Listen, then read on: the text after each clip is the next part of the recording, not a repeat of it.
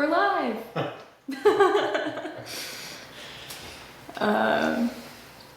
Sorry to everyone who saw the technical difficulty we had, and we're officially here. Yay!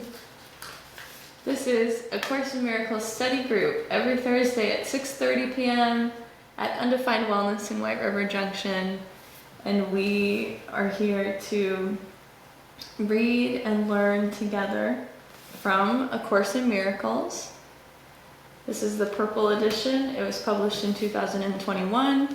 We read this version instead of the navy blue version because the navy blue version was edited down for the times to try and make it more appeasing, whereas this has the most teachings directly from Helen's notes. And we're here to learn.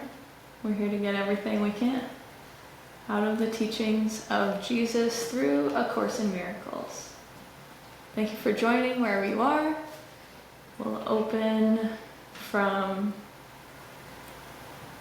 a place of heart-centered peace and joy. Thank you for this teaching. Thank you for this opportunity to learn together.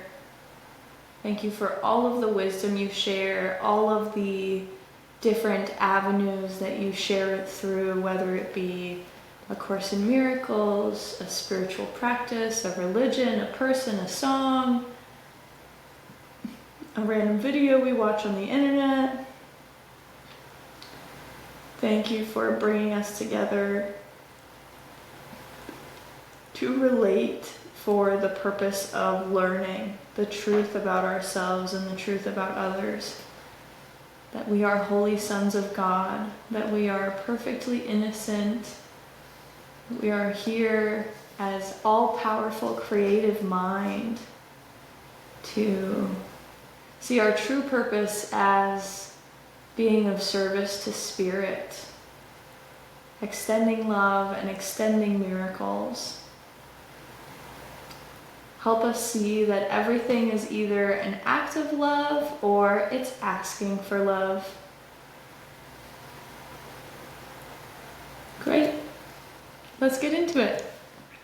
We are picking up where we left off last Thursday on Miracle Principle 33. Miracle Principle 33. This is on page 23. It's the very last one on page 23, if you're following along at home. Miracles honor a person because he is lovable. Miracles honor a person because he is lovable. They dispel his illusions about himself and perceive the light in him.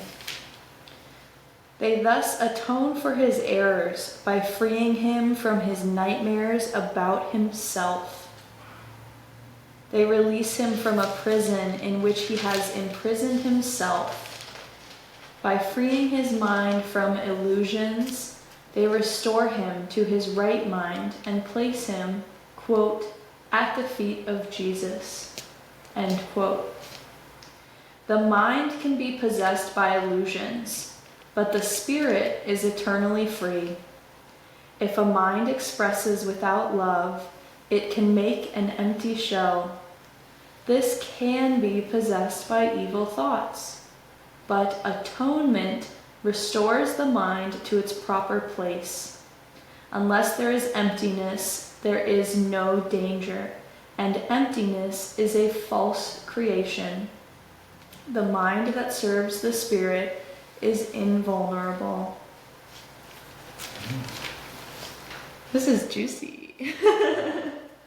This is great. We're going to break this down together sentence by sentence. Miracle Principle 33. Miracles honor a person because he is lovable. I'm just going back to the glossary at the end of the text that's going to help us throughout each of these sections to better understand the terminology and to put it into context that we can then apply to our lives, right? Because reading in a book or reading as a group, learning these things in one context is only so helpful as opposed to applying it to what's going on, understanding its application, understanding the doing, right? The correcting of perception. So the first thing we're going to define is miracle. Miracles honor a person because he is lovable.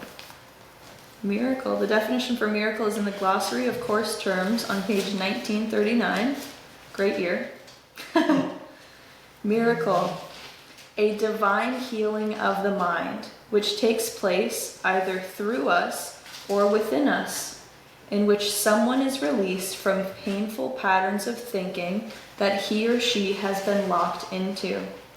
The main usage is that miracles are expressions of love, as they are called this 6 times throughout the course.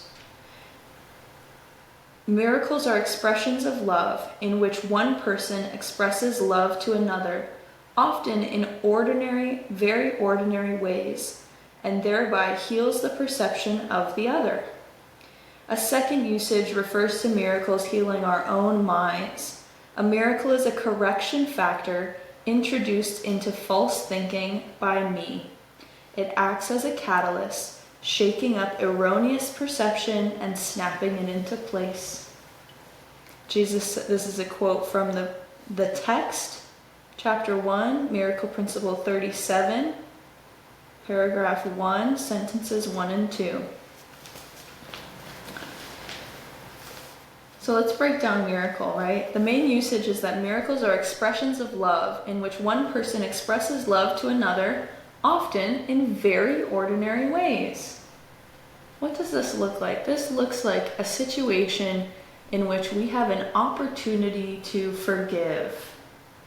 We have an opportunity to deny guilt.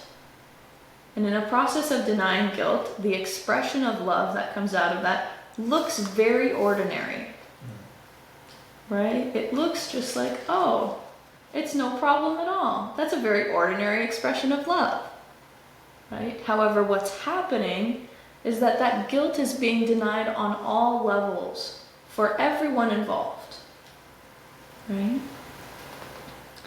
Thereby heals the perception of the other, right? Although it's a very ordinary expression of love, what it is actually correcting is the perception of ourselves and the perception of another person. Guilt is released. Fear is released. Defensiveness, the need for defensiveness is denied. Right?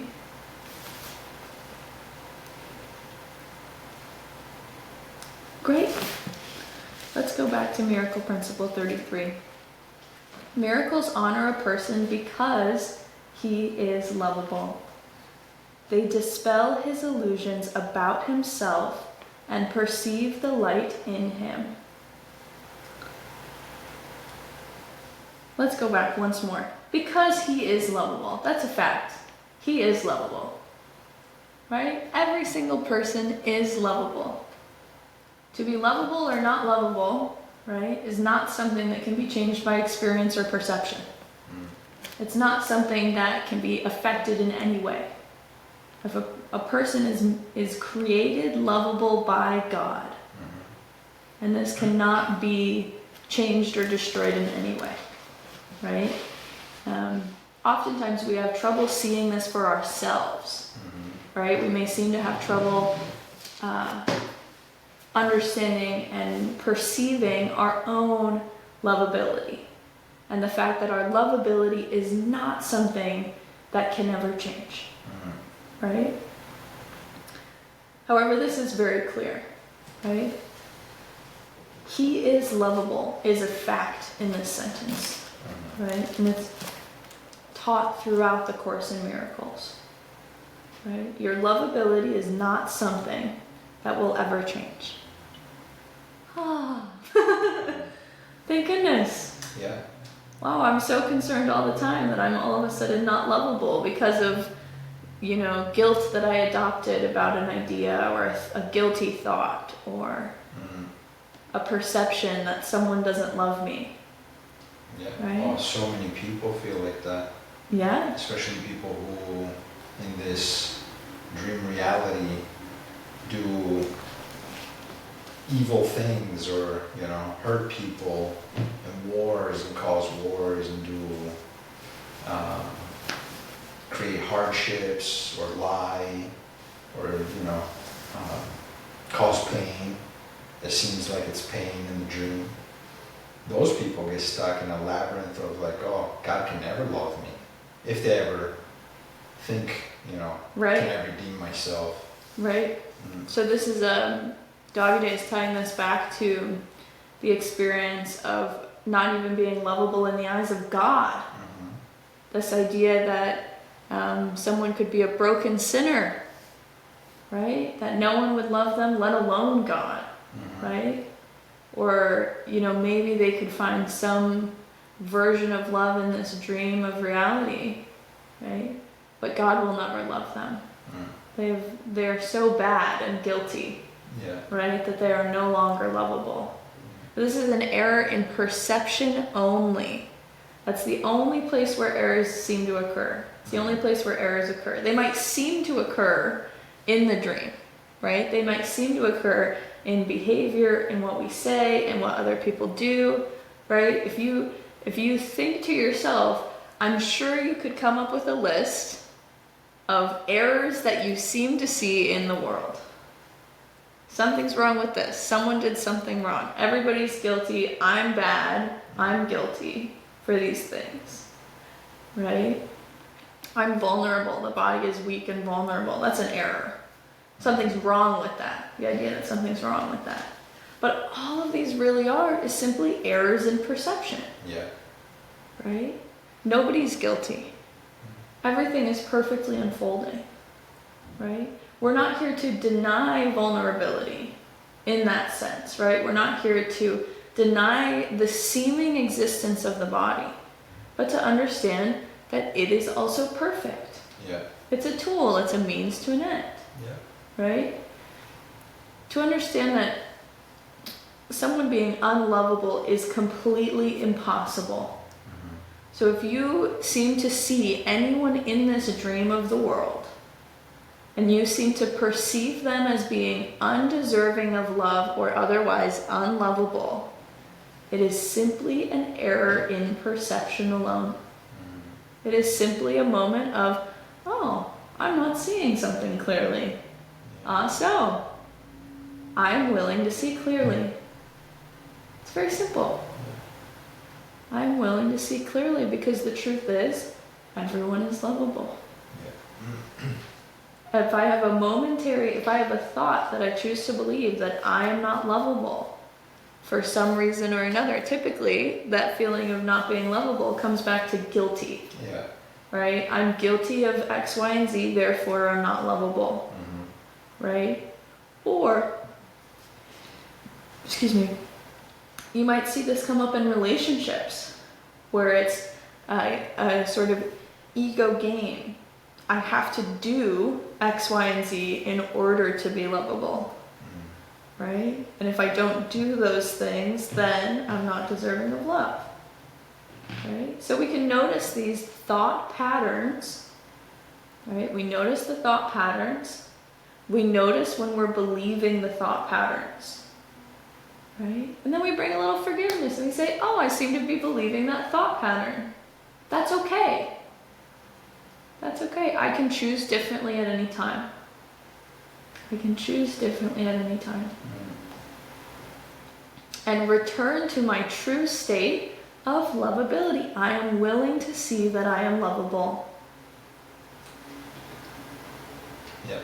I am willing to see that I am lovable. And that's all it is. You don't have to force yourself to see it. You're not gonna. You're not gonna force anything here. No, when you're ready, you'll do it. Right? Yeah. But it's understanding that seeing clearly comes from willingness alone. Right? Seeing clearly comes from willingness alone. I am willing to see that I am lovable. I am willing to see that my brother is lovable. Right? Yeah. I am willing to see that that crazy guy starting a bunch of wars and killing all the babies is lovable. Right? Yeah. He is not who I perceive him to be. He is a holy Son of God. What helps me to accept that, because it's very hard if you believe like this is it, this is who we are, and the physical dream, right? And this physical reality. And we say, oh, this is who we are, and the actions that we do in this dream is what makes us. It is only temporary. I see it more of a, like a matrix. I see it as a video game or a movie. Whatever happens in the video game or the story or the movie, it's happening there. But then once the video game is over or it's finished or you turn it off, you go back to the reality. The reality is that we're spirits, all of us, eternal spirits. Mm-hmm. So anything that is done here, good, bad, crazy, evil, whatever, it is undone. And we go back to reality. Right. Every experience we do. I would That's why I take it, it's like, okay, don't take it so seriously. Yeah. Any action that happens in Right. this Nothing reality. more accurately is that nothing is actually happening. No. The undoing of what seems to be occurring, right? The suffering and pain and hurt and blame and guilt and fear and shame and death. All of these things are not undone when we return to spirit. They are undone in the moment of undoing them, right? You can choose to undo in this moment, right? The spirit does not need any undoing, right? It is the mind that needs the undoing. It is the mind alone that needs the atonement, right? Let's read the glossary definition of atonement for everyone, just to make sure everyone's caught up on some of the terminology that's used in the Course in Miracles. Atonement, reconciliation with God through the wiping away of that which seems to separate us from God, our sins. And just very quickly, we'll get back to atonement, but I want to redefine sin for people in the context of A Course in Miracles. Because it's different than our previous definition of sin from the Bible, right? Sin, the violation of the laws of God or goodness, specifically an attack that attempts to do harm for the sake of selfish gain and that succeeds, that results in real harm and actual gain. Sin is an illusion, for no one can really be harmed, since in truth we are all God's changeless Son. What appears to be a sin is merely a mistake, which results in loss rather than gain, and which calls for help rather than punishment. Right? So the effect of sin is not punishment. Right? A mistake or a sin, right? This idea of an act or something we are making, right? That is made of fear, seeking to do harm, right? That results in loss rather than gain. For us as one, right? Recognizing that what we are doing to another, we are also doing to ourselves because we are not separate, right? And so if we are behaving in a way that results in loss for anyone, it results in loss, right? The effect of sin, right? So back to kind of our prayer at the very beginning, we are here to see that everything is either an act of love or it is asking for love. So any sin, any mistake, again, which is entirely an illusion, is merely asking for love. There is no punishment for sin. There is no separation that's actually made between ourselves and God. Sin does not separate us from God. It cannot separate us from our Creator. So now let's go back to atonement, the definition. If you're following along, this is on page 1933. Reconciliation with God through the wiping away of that which seems to separate us from God, our sins. In Christianity, this, the atonement, was achieved through Jesus paying for the sins of mankind through his crucifixion. In the Course, the atonement wipes away our sins through our recognition that they were never real in the first place, a principle that Jesus demonstrated in his resurrection, which is referred to as the atonement in the Course. Quote, the full awareness of atonement, then, is the recognition that the separation never occurred. End quote. Text, chapter 6, section 3, 5, sentence 5. Great. There's also a word in the appendix, spirit, and it explains what the spirit is in this book. I thought that was really interesting. It's Sure. 1944. Spirit. The immaterial substance of which God created us, the essence of our true nature. Spirit is non-physical, without form, perfect and eternal. It uses the mind to express itself in this world, so that the mind can be restored to the fullness of spirit. Nice. That's beautiful. That's great. So we are the spirit, and we use, we also have the mind as a spirit. That's pretty interesting. It uses the mind. The mind is simply a tool for expression of the spirit. Right? However, as all-powerful creative mind, we can choose to use it to express the ego. Right? Let's define ego while we're here. How fun. Yeah, this is good. This is a good intro lesson if anyone's jumping in. A good catch-up lesson. Ego. The mind's belief that it is separate from others and on its own, independent from God, and that its needs are met through attack. This belief has produced our experience of being a separate entity bounded by a body, the body being a dream symbol of the ego. Yet, it is a false belief, for our real nature is at one with God and with all living things. The ego's voice is a constant, insistent voice in our minds, yet it is the voice of something that does not exist.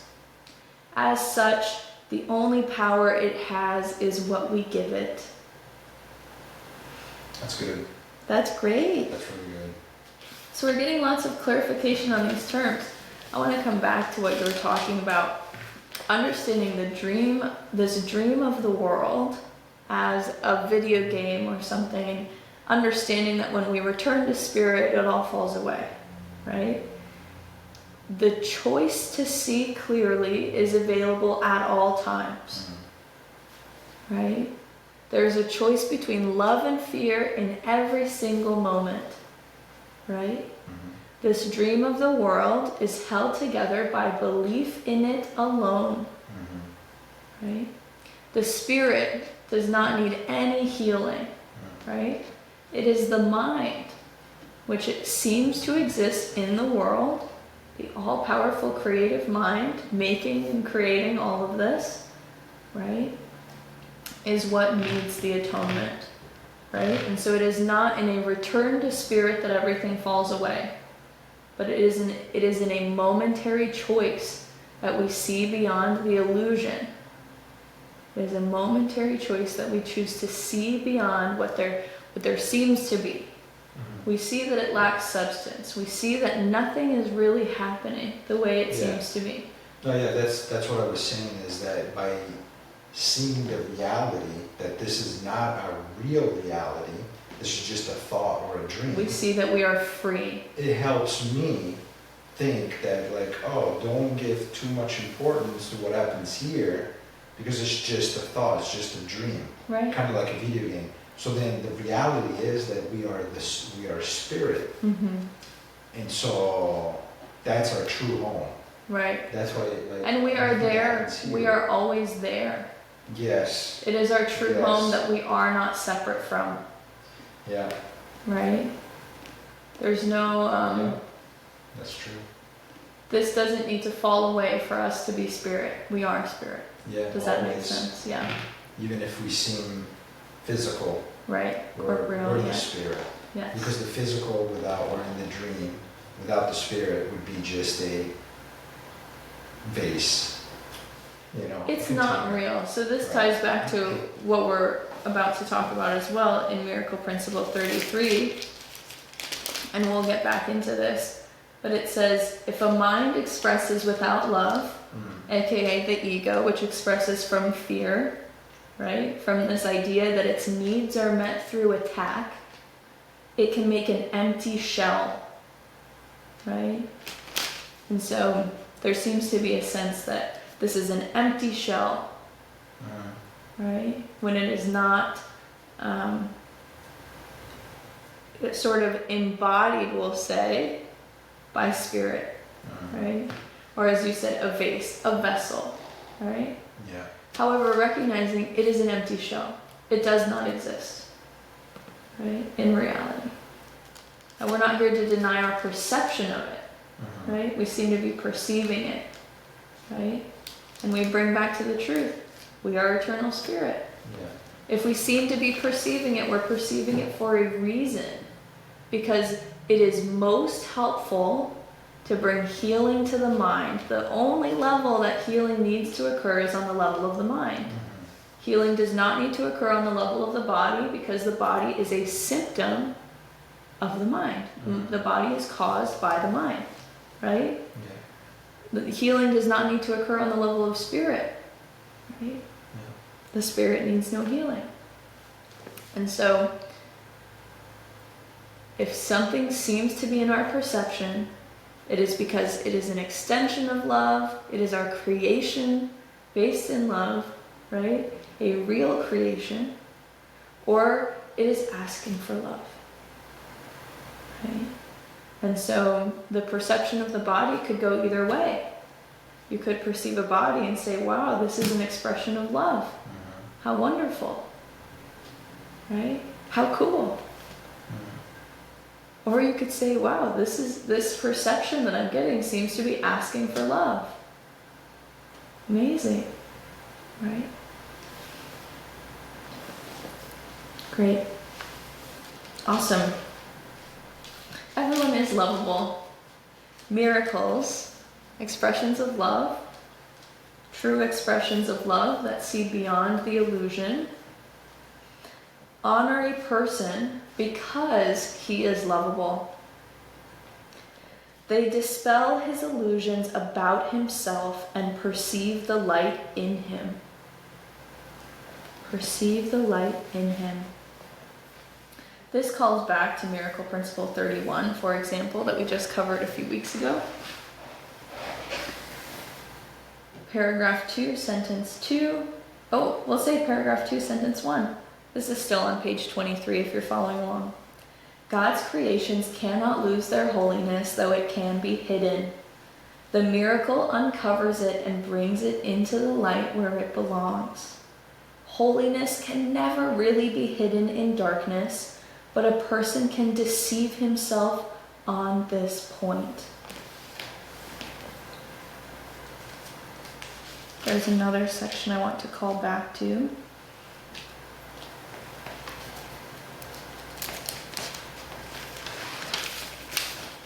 One moment.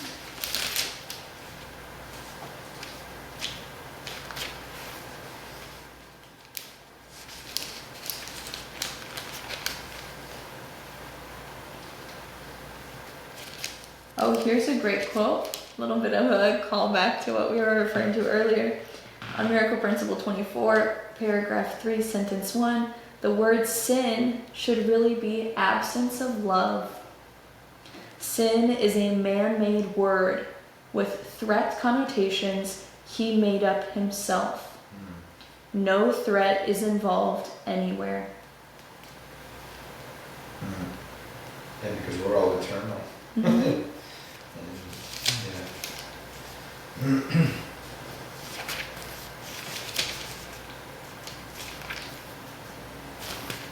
Okay, let's continue. They dispel his illusions about himself and perceive the light in him. So we can, for example, the illusions about oneself, for example, there's an illusion I have about myself that I'm not lovable. It's an illusion because it's not true. It lacks substance. It holds no validity. Again, to call back to Miracle Principle 31, eternal validity belongs only to the Spirit. Eternal validity belongs only to the Spirit. Another illusion about myself is that I'm bad or guilty. It's an illusion, again, because it holds no validity. Right? It lacks substance entirely. It is a thought based on what is not real, what is not possible. Right? This idea of separation from God. This idea that something wrong could have happened. Yeah. Right? So it is a thought. I am bad, I am guilty. It is based off of evidence that does not exist. Evidence that is not accurate, is not real. Right? So it is an illusion about myself that I am guilty, shameful, or bad. It is an illusion about myself that you are guilty, shameful, or bad, or unlovable, or unholy, and dark, and evil. Right? These are illusions we have about ourselves. They may seem to present as thoughts we have about another person. Right? They may seem to present as thoughts we have about another person because we want to see these things outside of ourselves so that we can bring them to the truth. Right? There is a thought that is asking for love. There is a belief of unholiness within you. Right? Guilt, shame, fear, unlovability, etc. And it's much harder to see that thought within ourselves and bring correction to it. However, when we see it in someone else who we are one with, right, who is a mirror to ourselves, right, it's a great opportunity to say, oh, is this an extension of love or is it asking for love? Right? It's either an extension of love or it's asking for love. So even the illusions about that I may seem to have about you, right? Even the illusion that you seem to be a body, right? Or the illusion Davide is a body, right? He is a character as a body here. And that's it. That's all he is. He is vulnerable, destined to die, right? Yeah. Bad, guilty, angry, violent, etc., right? So I may seem to see those as illusions about who you are, but they lack substance entirely. They have no validity. Eternal validity lies with the Spirit alone, belongs only to the Spirit. So these are illusions that I may seem to have about you, right? But if we are one, they are illusions I have about myself, right? So a miracle honors a person because he is lovable.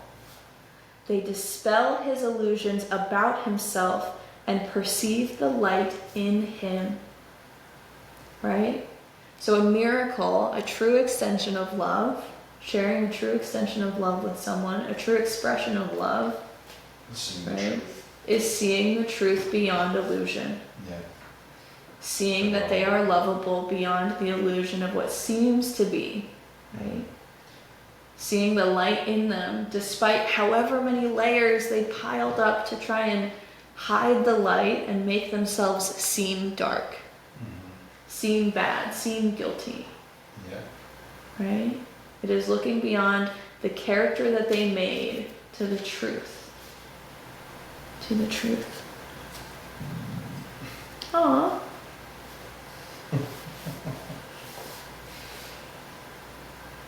Great. Miracles honor a person because he is lovable. They dispel his illusions about himself and perceive the light in him. They thus atone for his errors by freeing him from his nightmares about himself. So again, atone from atonement. It is the undoing. They undo his errors.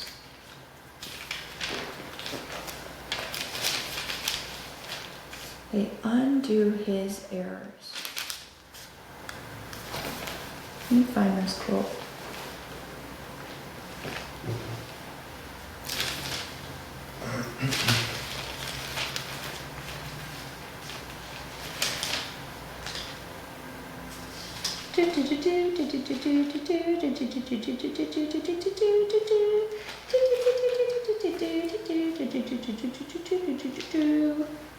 You know, that's exactly what it feels like. What is? The nightmares, and then a little bit later it talks about a prison that you make all in your mind, and that's exactly what it feels like when you believe something that is not true. That's the feeling, exactly. Okay, here we are, page 16. We're on Miracle Principle 24, verse 4. The word atone really means undo. If you look up atonement, you will find an obsolete meaning is to set at one or reconcile, to agree. Obviously, before reconciliation or agreement is possible, what is out of accord must be undone. It may seem as if darkness must be dispelled before the light can come in, but the truth is that darkness is dispelled by light. And so we're turning to Miracle Principle 33. Paragraph 2, sentence 2. They thus atone or undo his errors. And again, remember, errors is only errors in perception. No one has done anything wrong. Right? So they undo his errors in perception by freeing him from his nightmares about himself. And again, these are nightmares. The illusions we have about ourselves or about others are nightmares. Yeah. To imagine that we are unlovable is a nightmare. To imagine that we are guilty or that someone else is bad is a nightmare. You see this experience of living in a nightmare as a perception that many people seem to be having about their existence in this dream of a world. Oh yeah, and they perceive the world as living in a nightmare. yeah. I mean, somebody even came up with the thought of if you do certain wrong things or you choose a certain course in your experience, that you'll be punished for eternity in a lake of fire, burning and suffering for eternity. That's Yes. a wild thought. So That's a nightmare. we actually just talked about this, right? So back to Miracle Principle 24, right? Paragraph 3. The word sin should really be absence of love. Sin is a man-made word with threat connotations he made up himself. Yeah. No real threat is involved anywhere. And then sentence 4 says, just because, quote, nature abhors a vacuum, which is true enough, it does not follow that a vacuum is filled with hellfire. So what this is referring to is simply understanding that if sin is absence of love, right? If sin is simply absence of love, there is this vacuum there's this absence of where love was, right? And so there's this vacuum of absence of love. And Jesus is saying it does not follow that a vacuum, an absence of love, would be filled with hellfire. Because there's only love. It is simply asking for love. Yeah. Right? Yeah. So the idea of punishment, right?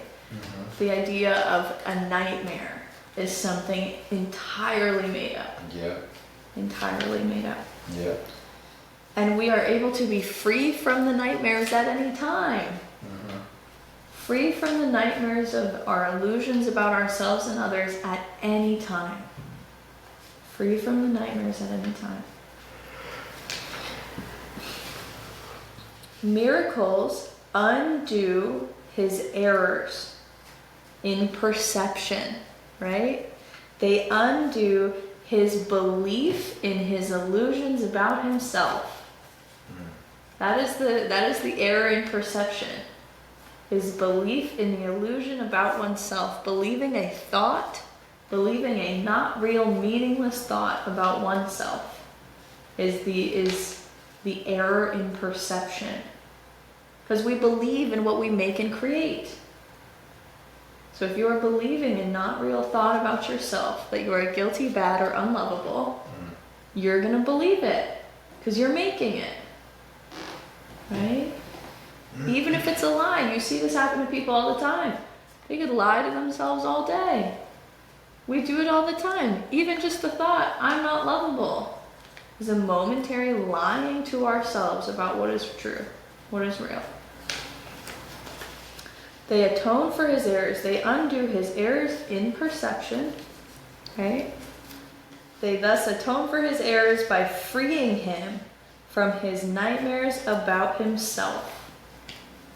A miracle, an expression of love that sees a person's lovability beyond any illusion that he makes about himself or any illusion that we seem to make about him. Right? A miracle that perceives one's holiness despite the idea of darkness that we try to hide it with. We try to hide the holiness with darkness and badness. Right? A miracle, a true expression of love, frees a person from these illusions about himself. Frees a person from his nightmares about himself. Yeah. That actually happened to me, for real. I've had the nightmares since I was a little kid about somebody chasing me and tormenting, and it seemed like it went through different ages in the dream. It was like an old time in Venice, and then there was another dream where I was even in an older city, and then in a modern city. It keeps following me, this character keeps following me, always masked. And then in the end, when I finally say, like, God, please help me see clearly, please help me understand the truth, please help me just understand what this reality is, and everything just started coming. And then I realized that the masked person in the nightmare was me. Finally, I took the mask off, and it was me. It was always me. So that's the same thing with everybody. We create our nightmares, our comforts, and everything that is not pleasant. It just comes from us. Yeah. Not from God, not from Jesus, not from the devil, not from anybody. Us. Only us. Yeah. Then it clicked. It was a journey. And we seem to choose it. Yeah. We seem to choose it because we want to bring healing to the mind. We want to heal our perception. And so we seem to choose discomfort. We seem to choose, right? We seem to choose the nightmare because we truly know how easy it is to bring gentle correction to the error in perception. We truly know. I would say on another level, but it's on this level. Yeah. Right? We know how simple it truly is to bring correction to our perception. We know how simple it is, how easeful it is, right? It seems to take practice because we have learned over and over and over again that the nightmare is reality. Yeah. Yeah. And so it seems to take practice bringing correction to the nightmare, right? Bringing gentle correction to our perception, right? But it is natural for us. We want to see what is still coming up. We want to say, where am I still believing in separation from God? Yeah. So that we can bring gentle correction to it. We are making all of our discomfort because we want to bring gentle correction to it. Not on the level of changing the circumstances in the dream. Not on the level of changing the circumstances in the dream. Right? On the level of, what is the thought I am believing? And therefore, what am I making? Right? Let's continue. They thus undo his errors by freeing him from his nightmares about himself. They release him from a prison in which he has imprisoned himself.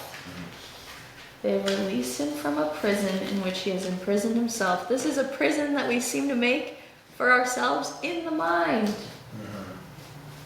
Right? We seem to be imprisoned by our own mind, believing all of these thoughts and all of these illusions. Believing these illusions and thoughts that we are monsters. Right? Believing that the nightmare is real. It's like, oh man, you don't even need hell. You could just make it, you could just choose for that to be an experience for yourself now. Yeah. Right? It is a prison that you make for yourself. It is a prison that you make for yourself. And this might seem controversial. Great. We love controversy. We love controversy. It's perfect. Oh, how sweet. Let's see.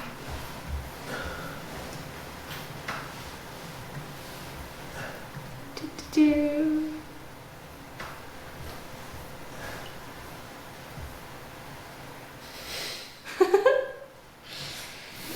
Great. Some comments? Nope. No. By freeing his mind from illusions,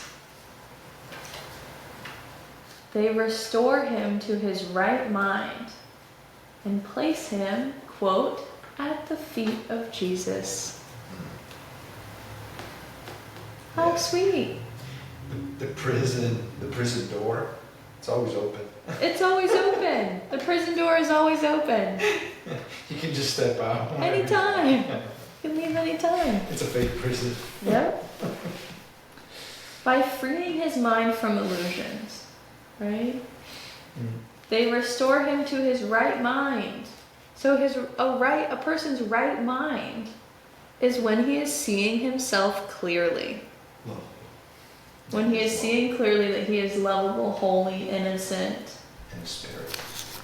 and is eternal spirit. When he is seeing himself clearly as a perfect holy Son of God. In the prison, the nightmare, gone. We realize that we're in a beautiful dream, not a nightmare. Wow.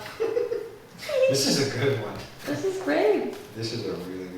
They restore him to his right mind and place him at the feet of Jesus. There's a footnote 61. This refers to the healing of the Gadarenes demoniac, a man possessed by a, quote, legion, end quote, of demons. After this exorcism by Jesus, the man was found, quote, sitting at the feet of Jesus, clothed and in his right mind, end quote. This story comes from Luke 8:35 from the King James Version.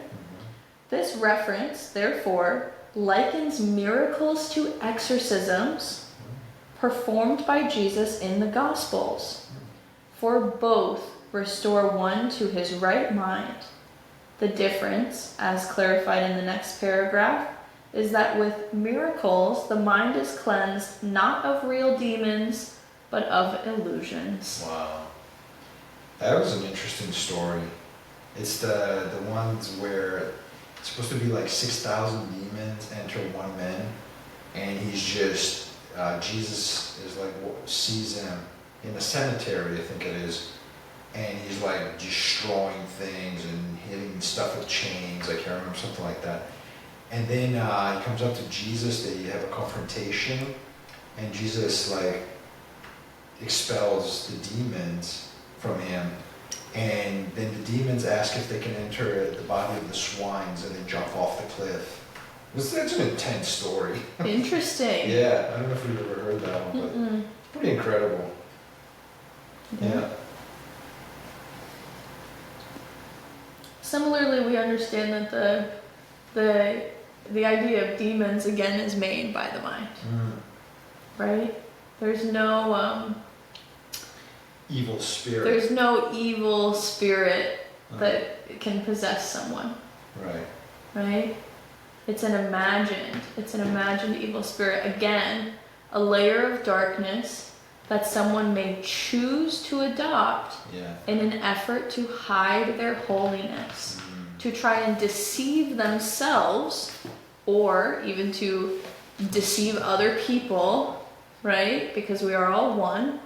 So in an effort to deceive themselves on the truth that they are holy and that this cannot be changed. Right? It is a belief and a thought that they are not holy and are separate from God. It all comes back down to a belief that they are separate from God. Yeah. Wow. Paragraph 3. The mind can be possessed by illusions. Wow. So the demons are illusions, basically. 100%. Illusions. 100%. It is the Wow. nightmare about yourself. Oh, this is good. It is the nightmare about yourself. But the spirit is eternally free. The mind can be possessed by illusions, but the spirit is eternally free. Right? And the illusions are not real, right? The mind is not being possessed by something outside of itself, to be clear, Yeah. right? It is choosing to make that. Yeah, it's choosing to believe in a nightmare or Right. a dream, uncomfortable dream. Right. It's the same thing that seems to happen when we say, oh, this circumstance in the world outside of myself is what is causing me discomfort, right?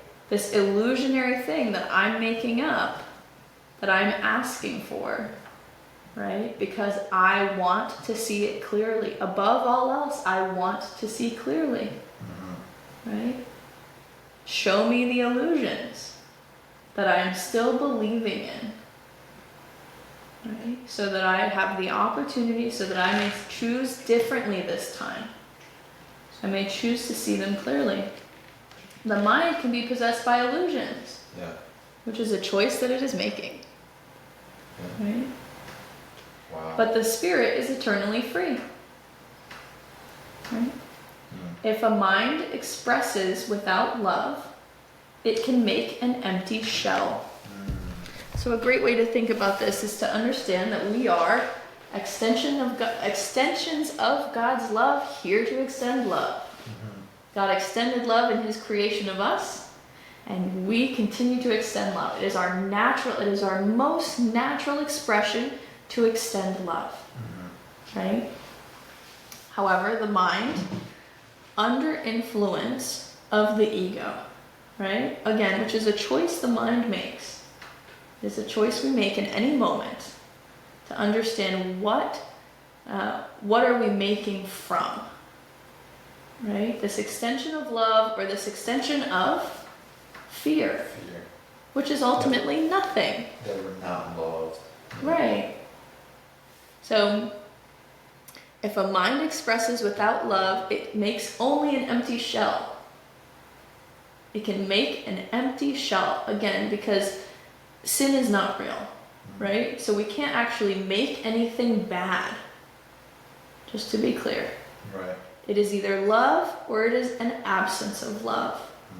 It is either love or it is asking for love. And so if the mind is making something with an absence of love, if the mind is making sin, right, it can make an empty shell. It is making an empty shell.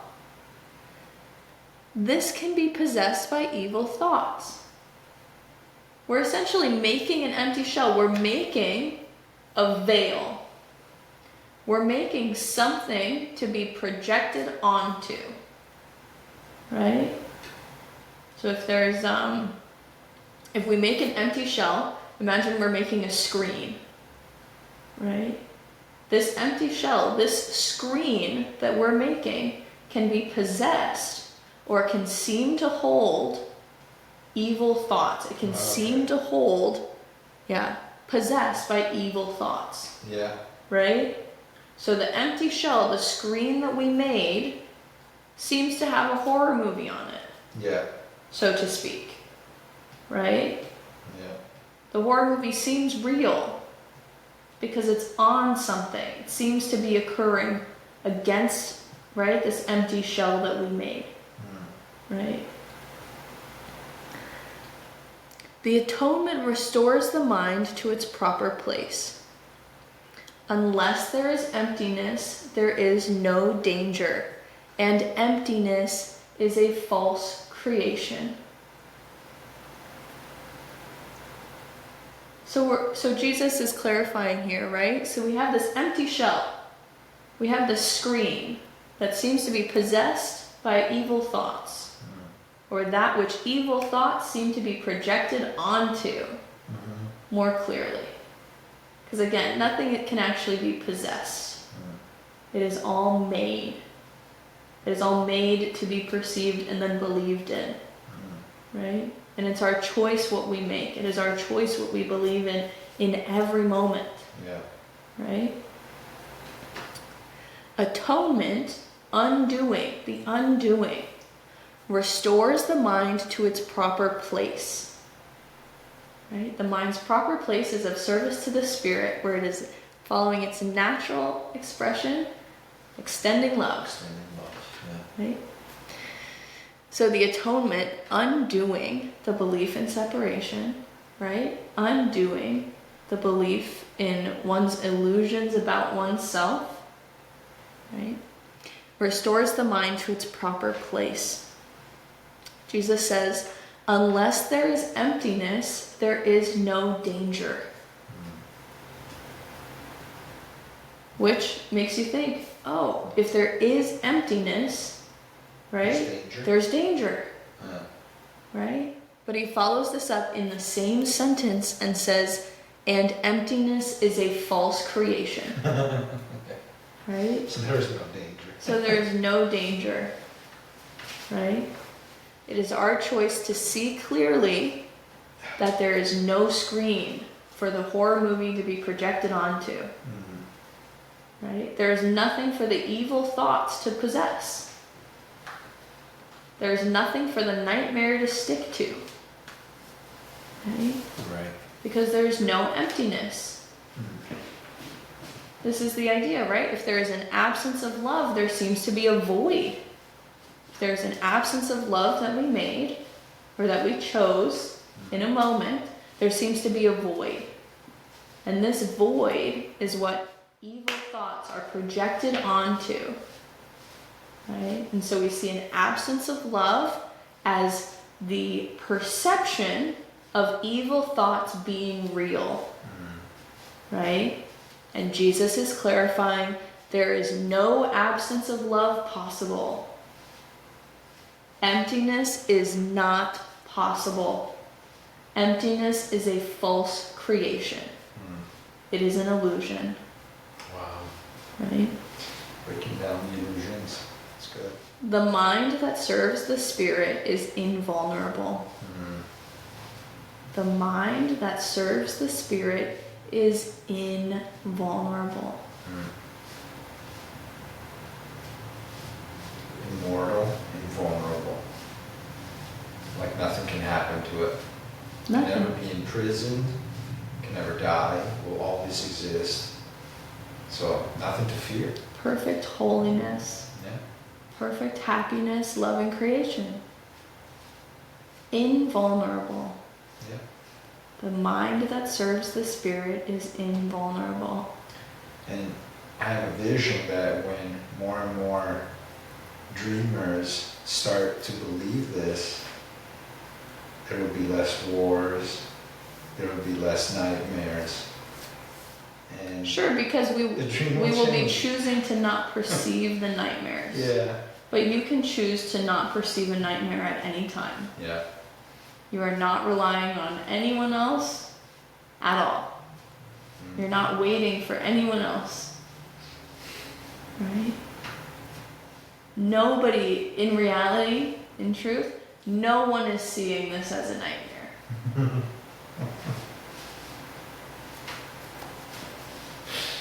That's what's true. Yeah, it's true. And in seeing that clearly, we are freeing our brothers from their nightmare. Yeah. We are freeing our brothers from their illusions about themselves. Nice.